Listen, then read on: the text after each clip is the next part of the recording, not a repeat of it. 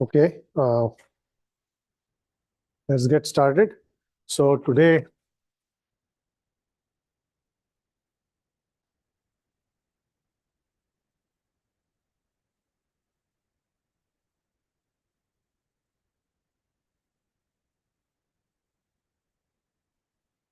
all right. So let's get started. So today we are going to continue our discussion on virtualization from last time. Last we talked about hardware virtualization, which is virtualizing the CPU interface and the hardware interfaces on the computer. Today we are going to go one step higher and talk about OS virtualization. Okay, so this topic is basically going to look at how can you take the interface exported by the OS, okay, and then use that to do virtualization. Okay, so we'll have three parts. I'm going to talk about OS virtualization, fair share allocation, and we'll talk at the end about Docker and Linux containers, which are a form of OS virtualization, something that you will actually have to use in a subsequent lab. All right? Okay. So let's start with OS virtualization. So the first quick recap, if you remember last time when I started this topic, I said virtualization basically means that you are going to use one native interface to emulate some other interface. Okay, so our broader view of OS virtualization is the native interface is an OS interface. Okay, OS interface typically means a system call interface. That's the interface any OS exposes to applications. So system calls are a set of calls that applications can use to invoke OS services. Okay, so that is our system call interface or the OS interface. You can use that to emulate some other OS interface. Okay, now there are examples of where this can be useful. Okay, so there were earlier versions of Unix. One of them was Solaris. It had this notion of zones, which were a type of OS virtualization. But what you could do in zones is to emulate older kernel versions. Okay, so suppose that it's OS version 10, but your application was written when the OS version was 9, and perhaps it used some of the older calls that version 9 of the OS supported. Now, if the application is now running on version 10, some of those calls may have changed and may not work exactly as is. So you might have to modify the application to make it work. But if you can emulate the older OS interface using the current interface, which is what OS virtualization does, then you can run that application as is, but you got to run it inside a virtualization environment, which is the OS virtualization environment in this case. Okay? That's one example, okay, of OS virtualization. There's another view of this, which is what we are going to look at today, which is to use this OS virtualization to essentially create sandboxed instances or user instances. So you want to run an application, but you want to isolate it from other things that are running on the machine. So you create sandbox, a lightweight sandbox, which we are going to call a OS virtualization environment or a container, as we will see. And then you run your application inside that sandbox. And what that application can do and what is even visible to it on the machine will be restricted by whatever properties you put on the sandbox. Okay, so essentially each of these instances is going to look like a real machine, but it's going to not show everything that's running on the machine. You might not see some other application processes. Normally you can see them, but from inside the sandbox you cannot. Okay, or you might not see certain files and directories because now they may be present on disk, but you are restricted access to your disk, so you can only see certain things. Okay, so processes running inside and these isolated instances can see a restricted set. Okay, and we'll see how this type of technology can help us do various interesting things. Just as virtual machines allowed us to run 2 copies of an OS on a machine, you could use it to do testing and development and so on, and you can use similar things in OS virtualization. Okay, but let me start with some pictures so that it's clear from an architectural standpoint or virtualization architecture standpoint how OS virtualization is going to differ from hardware virtualization, where you could run virtual machines. Okay, so here are 2 pictures. In each of these, they're actually the same picture but show slightly different things. So you emulate the OS interface using a native interface. Okay, so what you will see is you have hardware, and on top of that hardware you run an OS. Okay, That OS is the one that's providing virtualization services.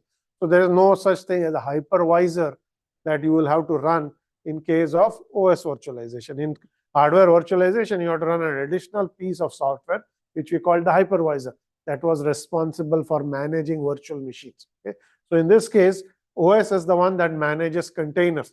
Think of containers as lightweight virtual machines. Virtual machines also provided isolation. Okay? You could essentially run an OS and a set of processes inside a virtual machine, and they were isolated from everything else that was running outside. Okay? And containers are going to do the same thing for us, except that you are doing this at using a different type of virtualization. So here is an example. You have hardware, then you have OS kernel running on top of the hardware. The blue boxes are containers. These are our lightweight virtual machines, and we use virtual machines and lightweight in quotes because they're not real virtual machines. They just look similar to virtual machine. Okay? So note that there is no hypervisor that you got to run. Okay? In this case, OS is the one that's going to provide support for whatever processes are running inside that container. Okay? Here's another example, same thing. This was the Solaris operating system, of old version of Unix that's no longer used actively. It is the one that introduced this technology early on. Okay? OS virtualization in Solaris was called zones. Okay? So zones are containers. And then in BSD, it's called jails. Okay? You can think of a jail as trying to sandbox an application. In Linux also, it's called container. They all do the same thing. They're slightly different terms depending on which OS you're using OS virtualization. And the way we want to think about it is app 1 is running inside zone 1. Okay? It will not see application 4. It will not see application 2 or application 3 because you have been sandboxed. You cannot actually see what is running outside your sandbox. You can only see things that are running inside. You can have more than one application run inside, but they can only see each other, not what's running outside. And similarly, you can limit access to disk and other interfaces that are on your hardware by saying that this container can only get access to these hardware resources. Okay? So that is how you are going to construct your sandbox. Okay? I'm going to show you some examples as well. Any questions on this? All right. So here is another picture that now is going to compare containers. In this case, they are Linux container, or also called LXC. Okay? That stands for Linux container, and how they differ from virtual machines. Okay? So again, the OS is going to provide sandboxing and resource isolation. Okay? But containers are going to be much more lightweight than starting virtual machine. Okay? To start a virtual machine, you got to first boot an OS. Then you got to start applications in that OS, and then you can do whatever you want. Okay? Starting a container is very lightweight because there is no OS to boot up. The OS is already running. You just start a container. It's just an abstraction that allows you to run a process or an application in it. Okay? So it is much more lightweight. Okay? It gives you bare metal-like performance, as fast provisioning, and so on. And here's the picture that you want to keep in mind. Okay? The first picture here is a type 1 hypervisor. Okay? We covered that last time. So in this case, you have hardware. On top of hardware, you boot a hypervisor, and then the hypervisor allows you to construct one or more virtual machines. Those are these black boxes. There are 2 running here. Inside each virtual machine, you run a guest operating system. Okay? You run a full-fledged OS, like Windows or Linux or Mac OS. And then on top of that application, you run processes. Okay? So in this case, your hypervisor has 2 VMs, run 2 operating systems at the same time, and different kinds of applications. Okay? That's type 1. Okay? Here is type 2 hypervisor. You have your hardware. Okay? On the hardware, you boot a normal operating system, which we'll call the host. Okay? Yes, you have a question?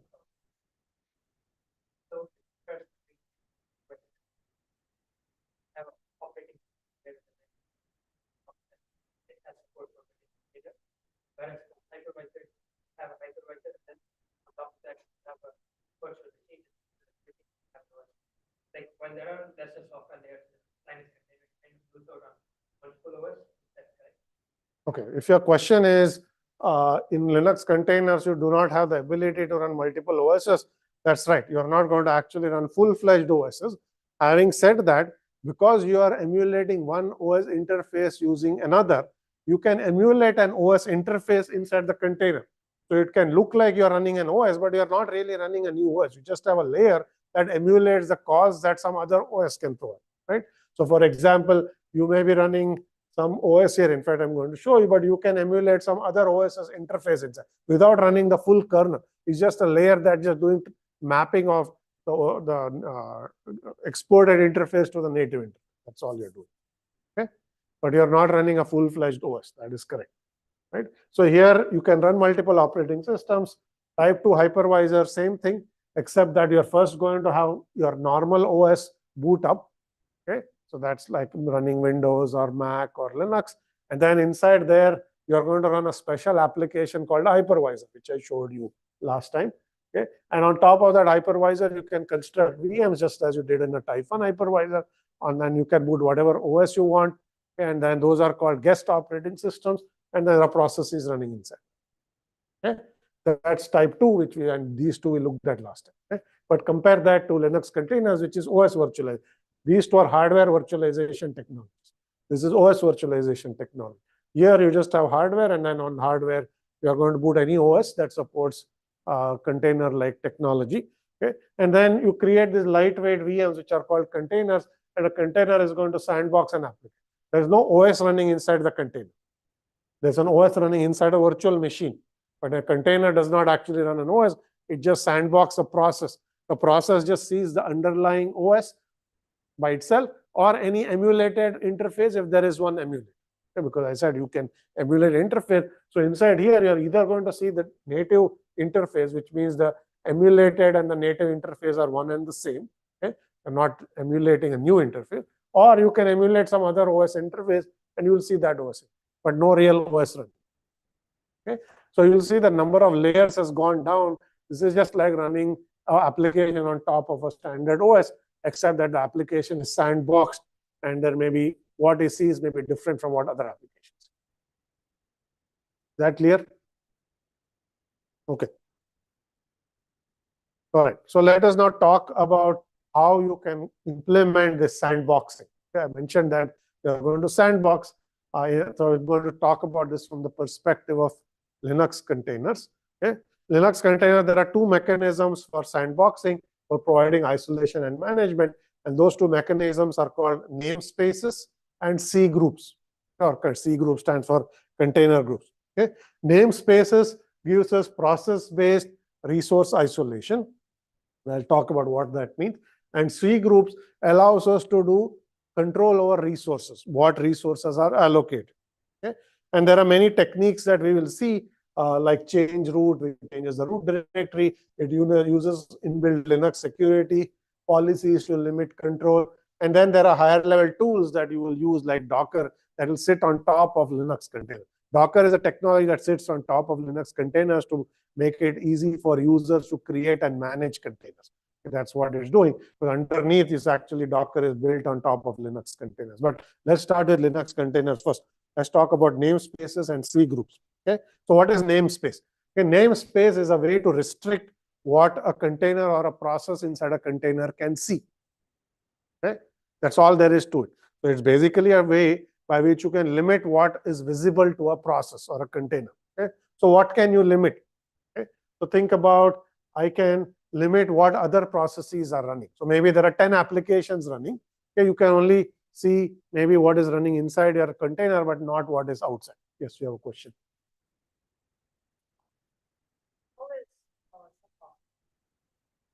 How is sandbox different from container? I am using them here interchangeably. The technical term is called container, but sandbox is a way of thinking what a container will do for you. Okay, so sandboxing is not actually used when you talk about container. That's just a way for me to explain what is being done for containers. Okay, and here namespace is a way you are going to do that sandboxing. One of the ways, of course. C groups is the other. So there are two ways you actually implement containers or do the sandbox. Okay, so namespaces is preventing this process from seeing everything that's present on the machine.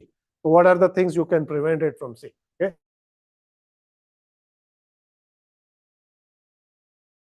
seeing certain directories and files. You can sandbox, you see applications directory or something like that. So you'll see directories are prohibited, so you don't even see show Amazon on the OS. in the OS. Okay? You can see what other applications are running. Maybe there's a browser running outside, mail client running outside on that machine. But from inside the container, if the container tries to do PS or any other call that shows you actively running processes, you don't see those processes. They don't show up. Okay? So they're essentially hidden from that application. Okay? You can similarly hide certain types of network interfaces. Maybe you say the container can only access Wi-Fi, but not access my Ethernet interface. So then it will only see the Wi-Fi interface. Okay? And similarly, you can also restrict what user accounts are visible from inside the container. So maybe you don't want to expose the root account, or maybe certain users are present, but inside the container, they're no longer present. You cannot see them as being present. Okay?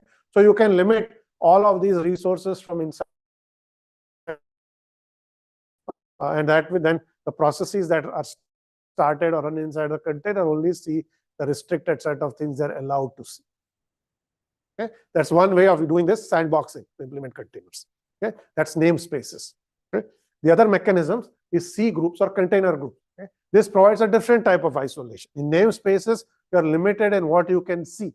In C groups, you are limited in what you can use, how many resources you can use. Okay? Slightly different concept. So what can a C group do for you? You can limit how much CPU is allocated to a container, how much RAM is allocated to a container, how much disk space is allocated to a container. So you can limit all of those things. Normally, when you start a browser or your application, OS doesn't put any limits on it. It can use as much as it wants, and if you run out of resources, then the OS process gets an error.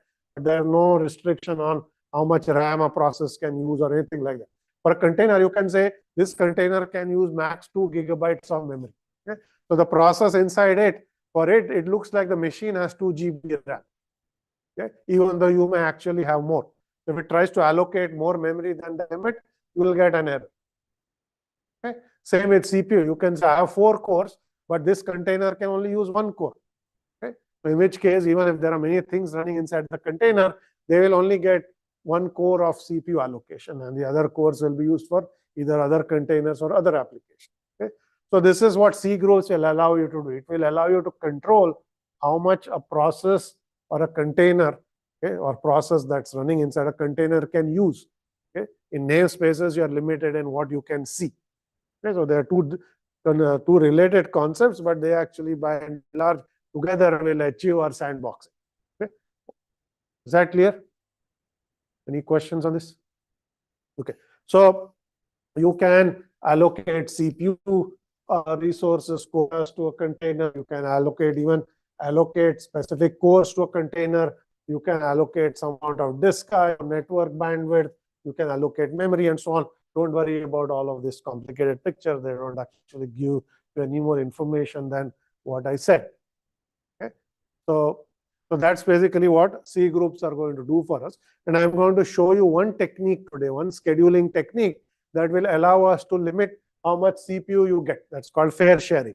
Okay? Just as a way for you to understand, if I say you can only use 1/4 of my processor, how does the operating system actually enforce that? Right? Because one thing to say this is how much you can use, but how does the OS actually prevent it from getting more? So we'll actually see a scheduler that will be implemented in your container technology to enforce some of these limits. Okay, all right. So this I'm going to skip because there are some other security policies you can associate, but you get the basic idea. I'm going to show you how Docker does this in just a moment. Okay, so let's look at proportional share scheduling as one example of how you can actually do fair allocation. Okay? So proportional share scheduling is a class of CPU scheduler. They also can be used for network and disk that allow you to control how much is allocated to a process or a container. They're not specific to container. They're actually a more general scheduling technique, but they work very well when you use them with container. Okay? And the basic idea is what is called share-based scheduling. Okay? And here's how it works. So let's just forget about containers for just a second. Okay? Let's just say there are 2 processes running on your machine. Okay?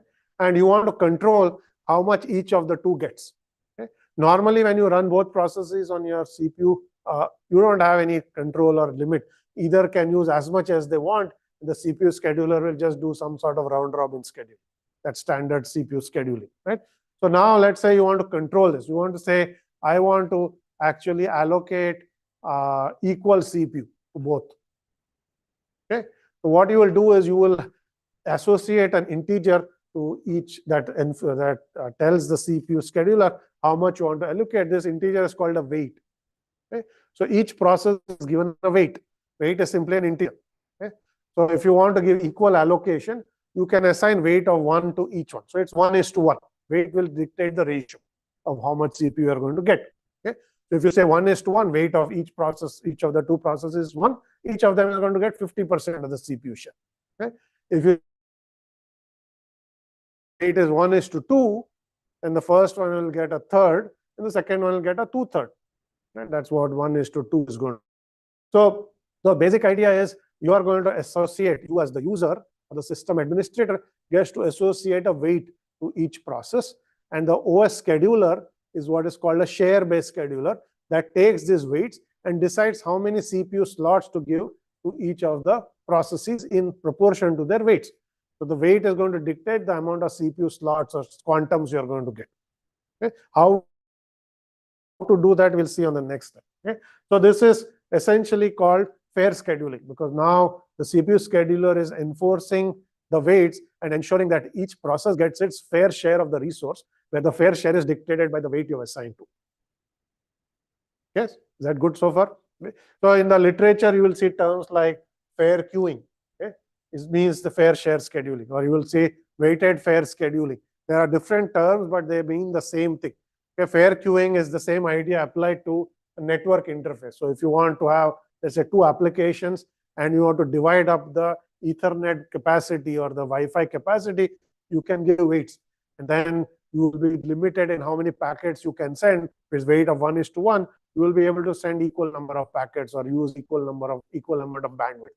Okay? So you can use that same idea that I talked about for CPU, also for network and disk and so on. Okay? But here I'm only going to talk about CPUs. Okay? Now, you can also assign hard quotas in this case, where you can say you get a hard upper bound of, let's say, 30% of the CPU. When you have hard quotas, that means that you can never exceed the allocation has been given to you.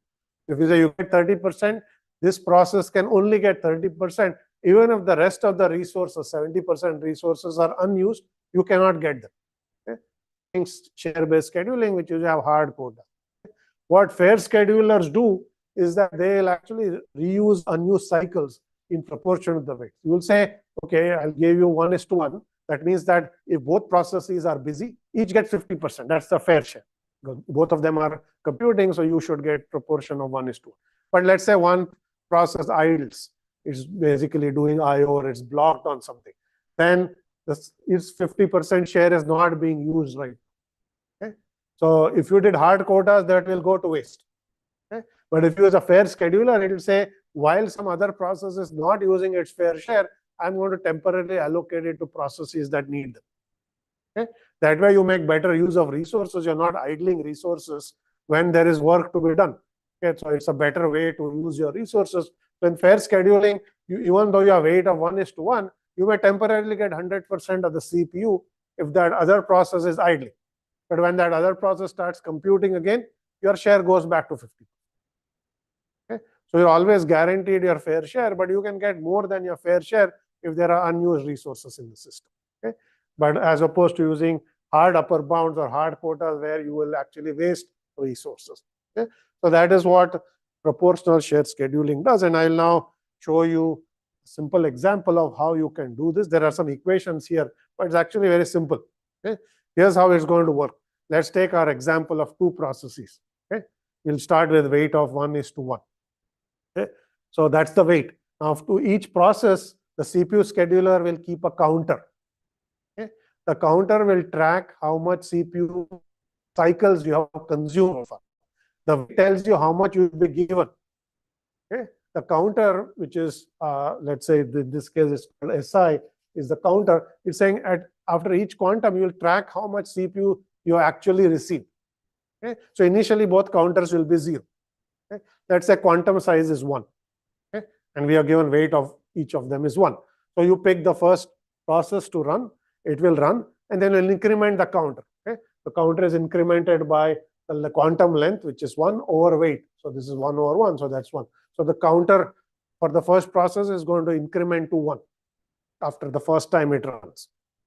Okay, because you ran for 1 quantum, so you will basically increment the counter to 1, which says you used 1 quantum so far.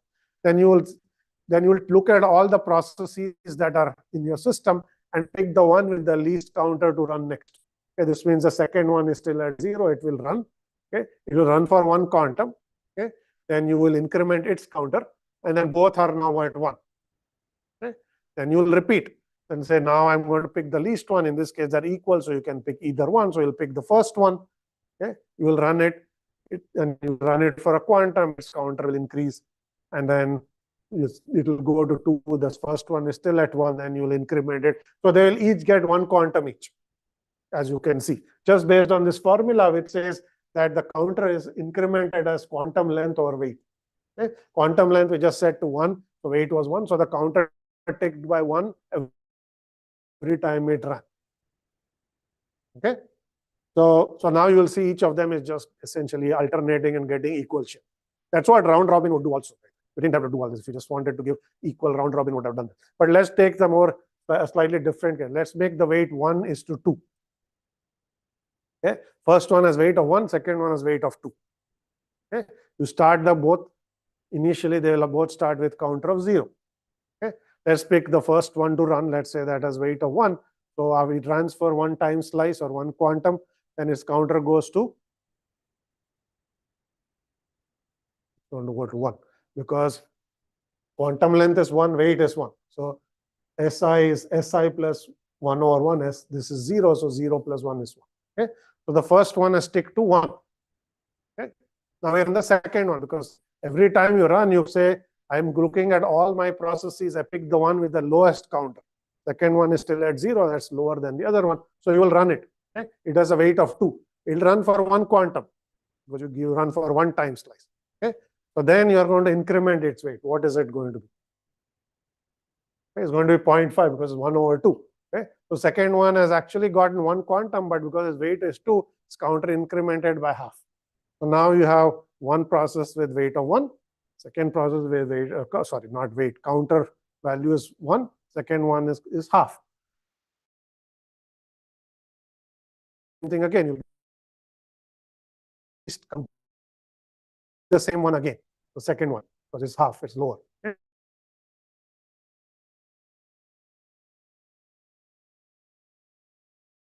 Then it will get increment another half. Now you see that first one time slice, and the second one gets 2 times slice every time they run. So you are getting 1:2. So your second one gets twice as much CPU share as the first one. That's what 1:2 means. You are getting CPU cycles in proportion to your weight. Okay, you can do the same thing with any weights. You will do the simple math. You will see. Yes, question. Okay, that's a good question. Question is the weight based on how long the process takes, or how is that actually determined? The first thing is the user determines this. Okay? So you can give whatever weight you want, but normally you would say you should allocate a weight based on either some notion of how much compute it's going to do. If so there's one process that's more compute intensive than the other, then you should give it a bigger weight so that it can make better progress than the one that needs less. Okay? Weights can also be some notion of priority, as you just asked, because if you have higher weight, you get to run more because your counter is ticking more slowly, because that weight is in the denominator. So you will take that much slower than someone with a lower weight. Okay? So higher weights will automatically mean you get to run more frequently. You may also say that I will actually get chosen over others because my counter is ticking more slowly. Okay? But it is up to the user to decide. Nobody's telling you how to assign weight. That is a user problem. Okay? The technique will just say, given a weight, this is how you're going to do the schedule. Is that clear? Okay? So a simple idea. Okay? You're just using weights to actually dictate how to allocate CPU, okay? And so on. But there is one more equation here that I need to talk about before we end, which is you have to essentially do some more things for it to all work. So let's assume the first example we had, where we had weights of 1:1. Okay? both of these processes ran for one time quantum. Okay? So they both counters incremented to 1, and the second one went to sleep. Okay? Let's say it's gone to sleep for some number of cycles. Okay? Now there's only one process left in the system. Okay? So the CPU scheduler is fair share. So it is going to say, I'm going to pick the one with the least counter. There's only one to pick. So you'll pick the first one and you will run it. It will go to 2. And it'll repeat, saying, I'm going to pick the one with the least one. It's going to pick the same one and it will keep increasing. So now this process is getting 100% of the CPU, which is what a fair scheduler should do, because the other one is not using its share. So automatically you got the entire CPU. Right? So your counter is now incrementing, because you are getting, the other one is asleep. So it's just stuck at 1. And then you maybe, let's say you do 100 of these, and then your counter increments to 100, and the first one is still stuck at 1. Okay? Now that first one might wake up after its sleep is done. Okay? So let's say now woke up. So the first application's counter is incremented to 100. The second one is 1. So if you just continue doing what you're doing, what is going to happen in this?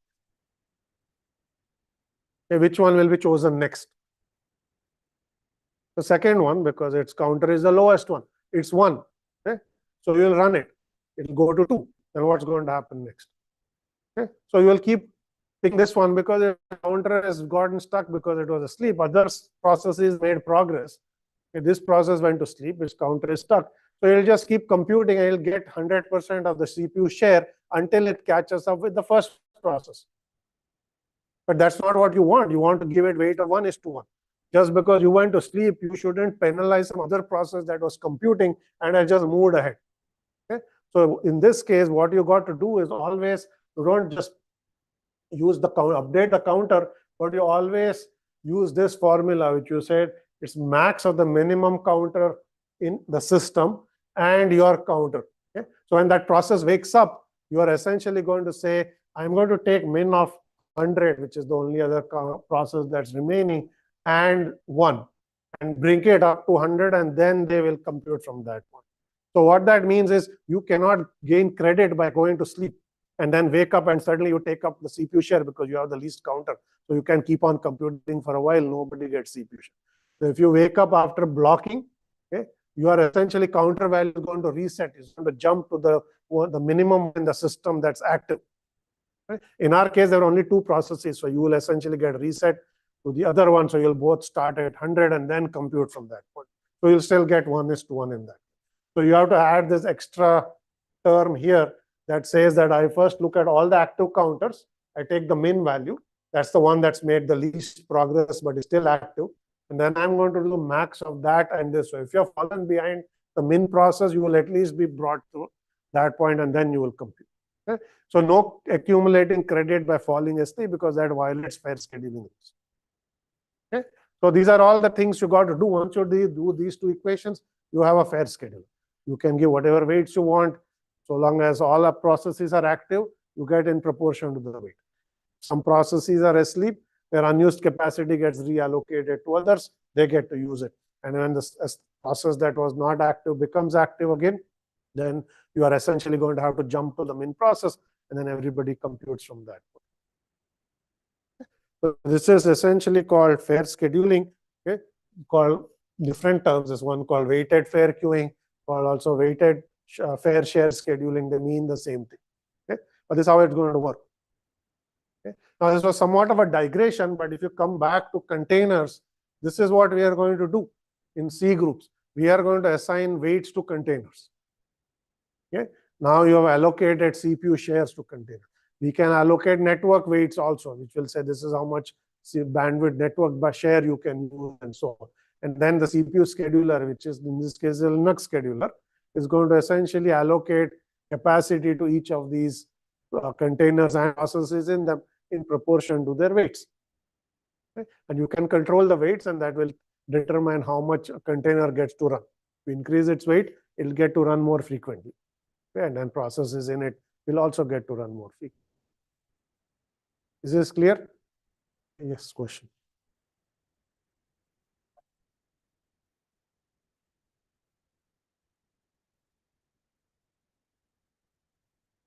Okay, question is, in practice, what is managing the weight?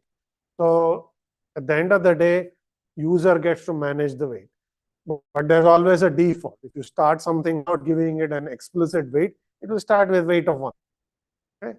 That means you didn't give it a weight, but so it will start with a default weight. So you don't have to do anything in that. Yes, if you're happy with the performance, you stick to it. But if you need to allocate more share, then you can go and change the weight. It's no different than priorities. Yeah? In standard machines, every process also has a priority. And when you start it up, it starts with a default priority level.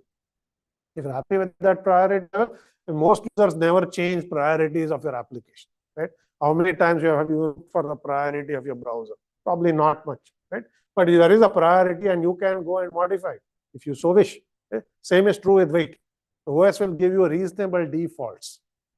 Okay? You can override it and give new weights. So you have the power to do it, but if you don't exercise it, you stick to the default.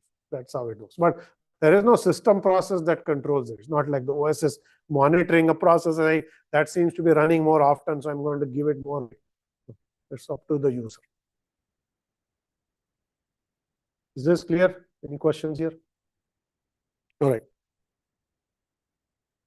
Okay, so I just wanted to show you, this is not a technical slide, it's just showing you that at one point, it was I guess many years ago, almost 10 years ago, we added this fair share schedulers into Linux, which is when it became one of the choice of schedulers. So Linux actually supports many different CPU schedulers. When you compile the kernel, you can specify which scheduler you want. Okay, and then if you choose a share-based scheduler, then you will get all the functionality I talked about. If you don't, then you get the default scheduler that does round robin, and then you cannot actually control the weights because there is no concept of weights in round robin or anything like that. Okay.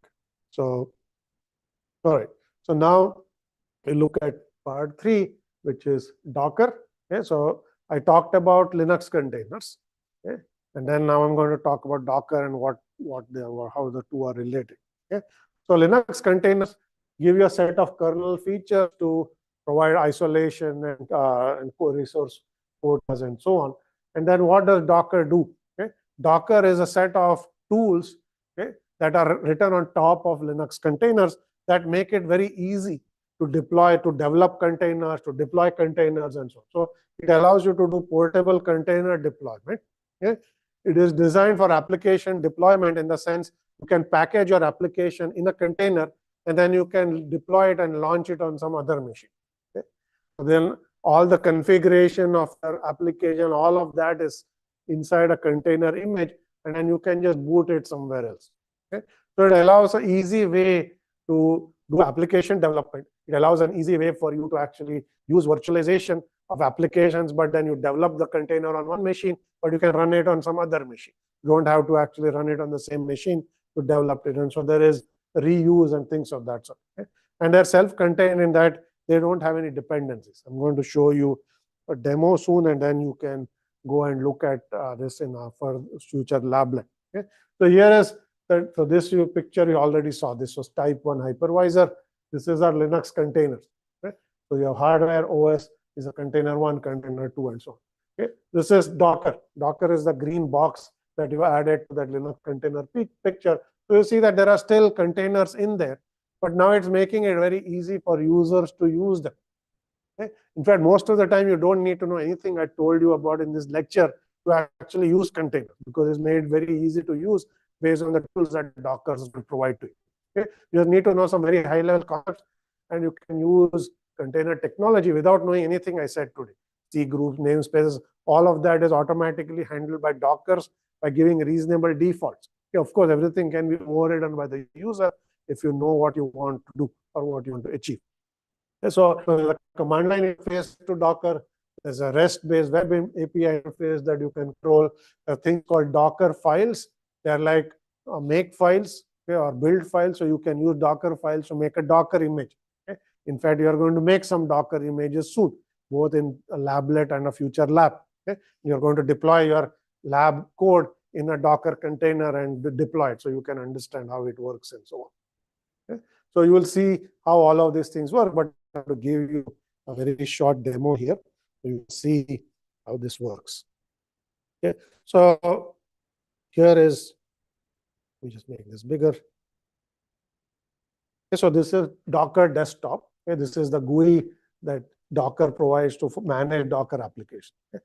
So you will see that on the left, there are things that you'll see that containers, images, and so on. So I'm currently on the images tab, and you'll see that I have downloaded one image of a container. Image is essentially the disk files that comprise that container. Okay. So essentially, it is the config file for the container and the application that's going to run inside the container when you start it up. Okay. That's what it is. You don't have to create images. There's an image repository. You can basically go search that repository. So search here.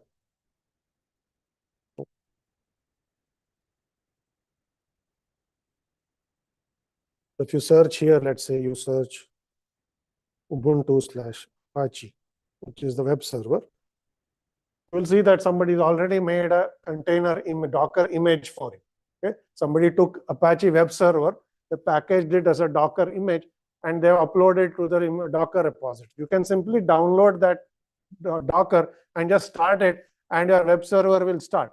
It's already pre-configured, so you don't need to know how to configure it. There are some default configurations, etc. There are thousands and thousands of these images of all kinds of applications. Okay? So you can just download them as Docker images and run. Okay? So I have here already one that the download is a trivial web server. Okay? So what I need to do is once you download it from the repository, and now that it's already here, you can go to the containers tab, and I already have a container running here. So I can just start it up. So you can go and start. Okay. So now the status is turned to running. So it's already running. You can see that it booted instantly. The yellow was to boot, anything like that. Okay. Then you can go and actually interact with it. You can open a terminal. Okay. So there's a terminal open. So you can now so you'll see that this is essentially a Linux container running. We'll say Linux and see it. If I do something like PS, okay, you will see that there are only a limited number of processes that are visible. So in this case, it's an Nginx, which is another web server. So I can only see my shell prompt, which is what is this terminal, and a set of processes, which is the web server. I don't see anything else that's running on there, okay? Because it is essentially sandboxed. Okay? So inside the sandbox, there's only one application running, which is the Nginx web server, and the shell prompt, which is also another process. So you only see those things. Nothing else is visible. Okay? So this is how you're going to limit it and so on. Okay? And then you can go back, okay? And you can just stop the container. So if you just press stop, it will stop. It's just stopped running. I can restart it. I can delete it and what. So it's very easy to manage. So you can download applications that are pre-configured as Docker images and just say start and it'll start running. And then you can interact with it, whatever you need to do. So it goes good way to deploy application. So think about from the application software development standpoint, you can develop your application, okay? And then rather than saying, here it is on GitHub, download it, here are some install instructions, run all this, you can package it as a Docker image and just say, deploy the Docker image and just run it, and the application will start running. Much easier for whoever is at the other end. Okay? And application developer to deploy things to cloud and so on. Docker is very easy for deploying in cloud, because you can just make a Docker image and launch it in the cloud and you're done. Okay, so that's a very quick introduction to Docker. We'll see more about this in your lablet and whatnot, but it should give you some feel for what's going on. Okay, so underneath there, everything I said is still happening, but as a user, you're not seeing much of it. You didn't have to give weights or anything like that, even though all of that is present. Okay? So Docker added this interface to what was running inside. Okay? So that's a quick example of Docker, but I did want to bring up one question here, because you have to realize that I was running all of this on Mac. Okay? Clearly, Docker is a Linux container technology. It's not a Mac container technology. So you have to ask, how is all this working? And you can do the same thing on Windows, by the way. You can download Docker on Windows and it'll still run. Okay? Of course, Docker is native to Linux, so it'll of course run on a Linux machine. So how do you think all of this is running on other operating systems? Yes. So WSL, but I'm running on a Mac, so there's no WSL on the Mac. You're right though about Windows, but go ahead, you're saying something. You're virtualizing. So the way Docker is actually running on the Mac is it has a hidden virtual machine that's running. Okay? It's not visible to you because it's running on Linux. So there has to be some Linux running on this machine for Docker to run. So when you started Docker, there's a tiny Linux kernel that got booted inside a virtual machine that's running on my Mac, and Docker was running on that Linux kernel. Okay? Because it can't run natively on a Mac. If you are running Docker on Linux, there is nothing else to boot because it'll run directly on your real OS because that's already Linux OS. But on Windows and on Mac, you have to actually have some hidden Linux. It's not really hidden. If you know where to find it, you will find it, but you don't see it. It's just happening in the background. So you mentioned WSL, which is Windows subsystem for Linux. So on Windows, you can actually run Linux as a virtual machine on top of Windows. So you can run Docker that way as well. Okay? But Docker will put its own VM. It may not necessarily use WSL, but you can make it use that. Yes, your question. Okay, so each container, does it use one VM or dedicated one? So you will see here that once you boot an OS, you can have multiple containers in. So I could have started 10 Docker containers. It will still run on that Linux VM that you can't really see. It's running in the background. Okay, so only one OS. You're not going to create one VM per OS, one VM per container. Then you may have as well run VMs. There's no point, right? Is this clear? Any questions here? Okay. So you can, of course, run Docker on your Mac or whatever, but be aware that there is actually a VM that's booting up in the background. That is how it all works. Anything else here? Okay. All right. So I just have a few more things, then we can end early today. So here are some additional details about Docker. So as I said, Docker uses Linux virtualization or LXC underneath. They create portable images. You can run them anywhere. So once you upload a Docker image, any Docker compatible machine can run them. You just have to download the image, they'll run them. Okay, and it basically decouples LXC from operation because you're not seeing Linux containers. You're just operating at a Docker level where you download our image, you execute the image, okay, you stop them, you restart them, and things of that. Okay?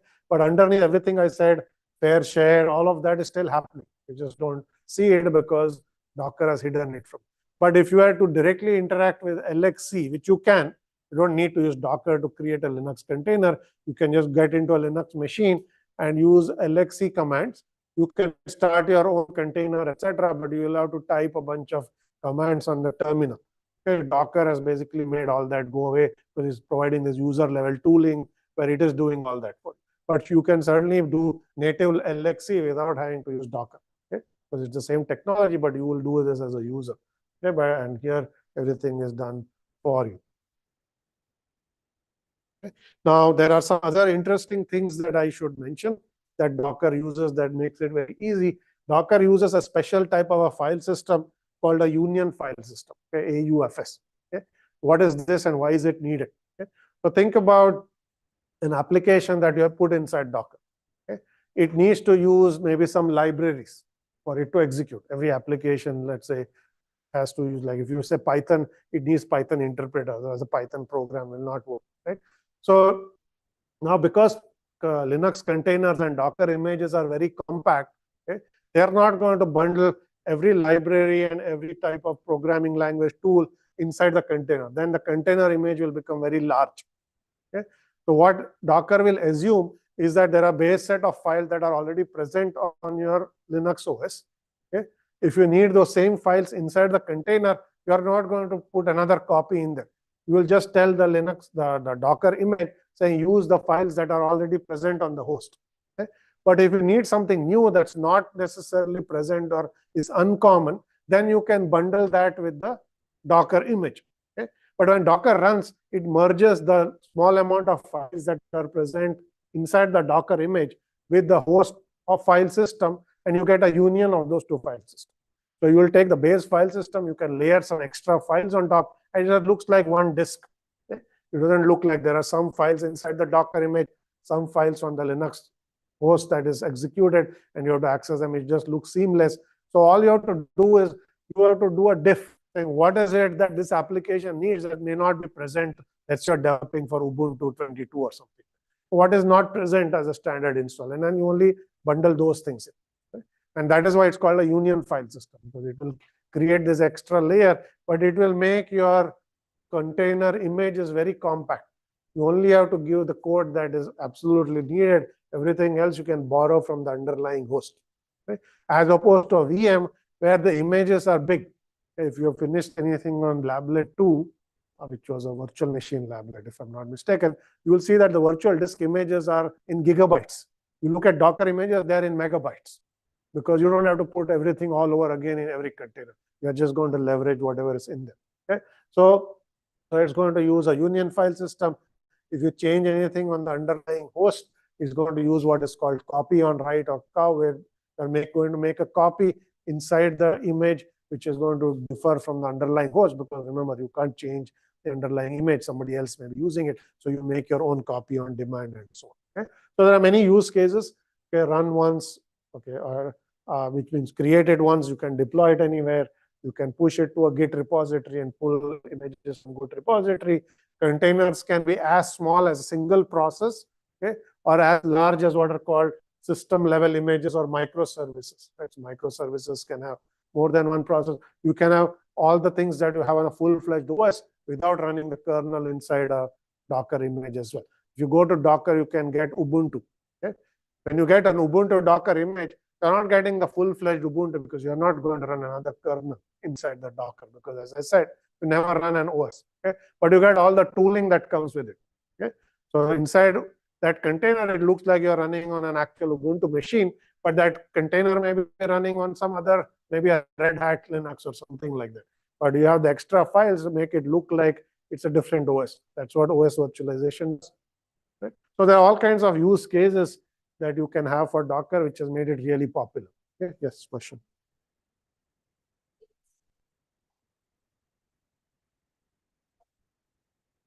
Okay. When I said it takes files on the host machine, do it I mean Linux or the actual host? In this case, I mean Linux. Okay? Just because Docker runs on a Mac, Docker was made to run on a Mac, is still running Linux as its underlying thing. So I meant the container that's running on the Linux machine. That Linux may itself be inside a VM that runs on the Mac, but you are not touching the Mac at this point, or it may run on Windows. That you don't touch. This is I meant the actual Linux OS. Is this clear? Any questions here? All right, I think we have one slide and then we are going to be done. So here's one example use case of OS virtualization. This is a system that was called Planet Lab. It's still in existence, but not used as much anymore. This came up before the cloud days. Okay? So the Planet Lab allows you to create distributed clusters across universities for research use. Okay? So each university might contribute 1 or 2 machines, and then there are lots of universities that each have contributed a few machines. So you have a distributed cluster of machines. Okay? They are used for experiments. Okay? So you can say, I am doing some research, I need 10 machines. Okay? So then you will get some machines here, some machines elsewhere. So Planet Lab will go and allocate machines. But what it's going to do is it is going to create a container for your experiment on each of the allocated machines. So you don't get the full machine. You get a container on those machines, and then which are called vServers in this case, or virtual servers. Okay, so you can then log into those containers and start your experiment. Okay? So it's very useful for doing networking research, or maybe you want to do some HTTP research, you want to do some testing, or maybe you want to even deploy, just as you are asked to deploy your lab 1 on 2 machines. You can say now you want to deploy this on 2 machines, but at 2 different universities. This is a free way to do it. You say, go to Planet Lab, say, give me 2 machines. We'll give you 2 containers. You can log into the containers and deploy your code, or you can make an image and deploy it on those containers, and then just run your application. Okay? So it makes it very easy to run research experiment. But the interesting thing was they made very clever use of things like fair share, because many researchers were using the same machine. You didn't want any one researcher to hog that single server. So each experiment got a slice. A slice is a share. Okay? You got a slice of the machine. So each of these containers was given a weight, which limited how much it could use. That way, your experiment did not interfere with your friend's experiment, because both of them may be working on some research project. Okay? And you don't want you want to interfere with one another. So they're basically one of an early use case of how containers can be used. These days, the same thing works on the cloud, and it's called Kubernetes, right? So we'll get to Kubernetes in a subsequent thing, but so that's what Kubernetes will do. Kubernetes manages containers on a cluster. You can say deploy this application on a cluster. Kubernetes will create a container, put it on a machine, put all the sandboxing around it, and you can basically get a slice of that machine. Okay? So this was kind of early days. This was 20 years ago, well before Kubernetes existed, that people were doing similar stuff, but who are doing research, right? Okay, so we are going to end it a bit early today. So let's stop here. I just want to make a couple of announcements. So I will hand out problem set 2, since lab 1 is now done. Wanted to wait for it. But today I'll hand out problem set 2 later today. Okay? And sometime this week, I'm going to hand out lab 2. Okay? It's going to be due at the end of the month. Okay? I want to ensure that there's at least 3 weeks or so, because a spring break in between, I'm not counting spring break as one of those weeks. So if you're going away, you're not going to get penalized for having less time. So we are giving it out early. So you have the whole of March to work on your lab. So that way, if you want to go somewhere for spring break, you'll still get it. Okay? So lab problem set 2 is coming out this week, and then lab 2 I'm handing out early. Okay? Still due on April 1st. Okay, so let's stop here. We'll continue next time.